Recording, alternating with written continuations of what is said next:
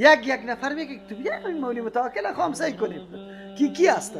بیا یک دفعه انشالله یک روز در ترجمه قرآن کریم بیا بشینه که ما از کجا گپ میزنیم او چی گپ میزنیم، از شکم خود گپ میزنیم یا کلام الله چیزی میگه امور میگیم. کلام الله چیزی میگه والله اینطور است که یک روزم برای بازی‌ها جذب میشه.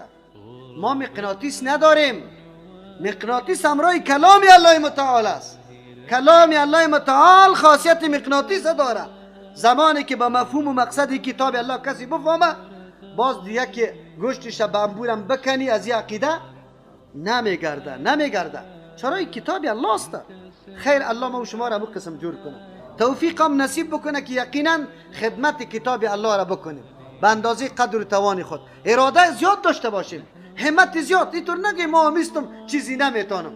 یک روز یک سخن به یک کسی میگی الله هدایتش میکنه، یک سخن تو سبب هدایت میشه. یک ملا صاحب دعوت دادی تشویق کردی آمد در ترجمه، آینده همو آدم داعی میگرده که پرسان نکن تو خط شریک هستی یا نیستی. باعث تو عامی بودی که الف بیره نمیفهمیدی لیکن کش کده در درس تو آورده بودیشه دیگه در ثواب شریک هستی.